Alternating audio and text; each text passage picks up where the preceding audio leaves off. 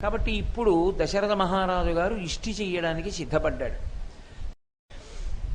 ఆయన నేను ఈ హోమం చేస్తాను అని సంకల్పం చేసిన ఉత్తర క్షణంలో మంత్రముల చేత మన్ని పిలిచి హవిస్సు ఇస్తాడు, కాబట్టి మనం తినాలి అని తతో దేవా సగంధర్వా సిద్ధాశ్చ పరమర్షయ భాగం ప్రతిగ్రహీర్థం వై.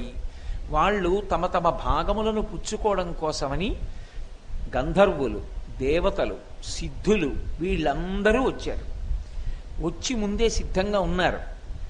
ఇప్పుడు వస్తారు. యజ్ఞం చేస్తే ఇప్పుడు కూడా వస్తారు దేవతలందరూ. కానీ దేవతలని చూడగలిగినటువంటి శక్తి మన కంటికి క్షీణించిపోయింది. ఎందుచేత క్షీణించిపోయింది అంటే మన ఉపాసన బలం తరిగిపోయింది. తరిగిపోయిన కారణం చేత మనం చూడలేని దేవతలని. ఆ వెలుగు చూడడానికి కంటి శక్తి చాలదు. కానీ ఆ తపశ్శక్తి ఉన్న మహాపురుషులు దేవతల యొక్క కదలికలని తెలుసుకున్నారు. తెలుసుకుని ఇక్కడ ఇది ఉంది అని చెప్పేవారు వాళ్ళు. ఆ పరమాచార్య స్వామి శ్రీశైల మహాక్షేత్రానికి వచ్చారు. అలాగే పరమాచార్య స్వామి శ్రీకాళహస్తి వెళ్ళారు. వారు ఏదైనా క్షేత్రానికి వెళ్ళి దర్శనం చేస్తే అంతకుముందు ఎవ్వరికీ తెలియని చిత్ర విచిత్రమైనవన్నీ ఆయన చెప్పేవారు. ఇక్కడే సువర్ణముఖరీ నది యందు అర్ధనారీశ్వర స్వరూపం ఉంది చూడండి అన్నారు. యథార్థంగా ఉంది. ఇక్కడ మహాబిల్వంతో పూజ చెయ్యాలి. ఇక్కడ స్థలవృక్షం మహాబిల్వం, కాబట్టి ఇక్కడ మహాబిల్వాన్ని ఉంచండి అన్నారు. వారు ఎక్కడికి వెళ్ళినా ఇతరులకు గోచరము కానివి పరమాచార్య స్వామికి గోచరమయ్యేవి.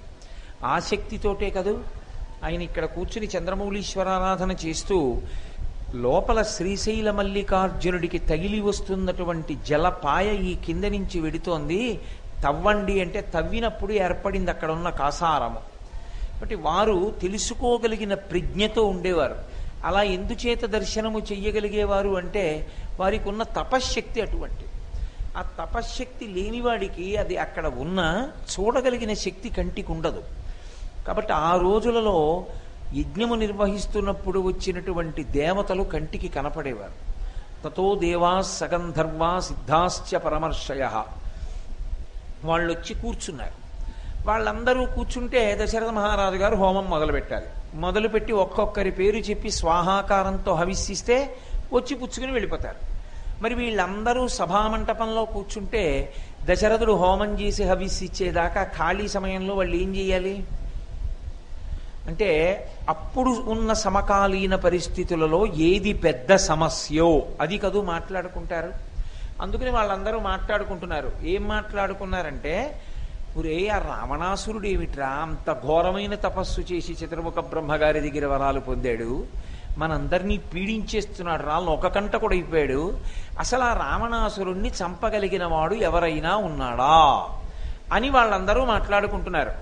మాట్లాడుకుంటూ ఉండగా చతుర్ముఖ బ్రహ్మగారు సభలోకి వచ్చారు. ఆయన వచ్చి ఉన్నతాసనం మీద కూర్చున్నాడు. ఆయన రాగానే అందరూ లేచి నిలబడ్డారు. ఎందుకు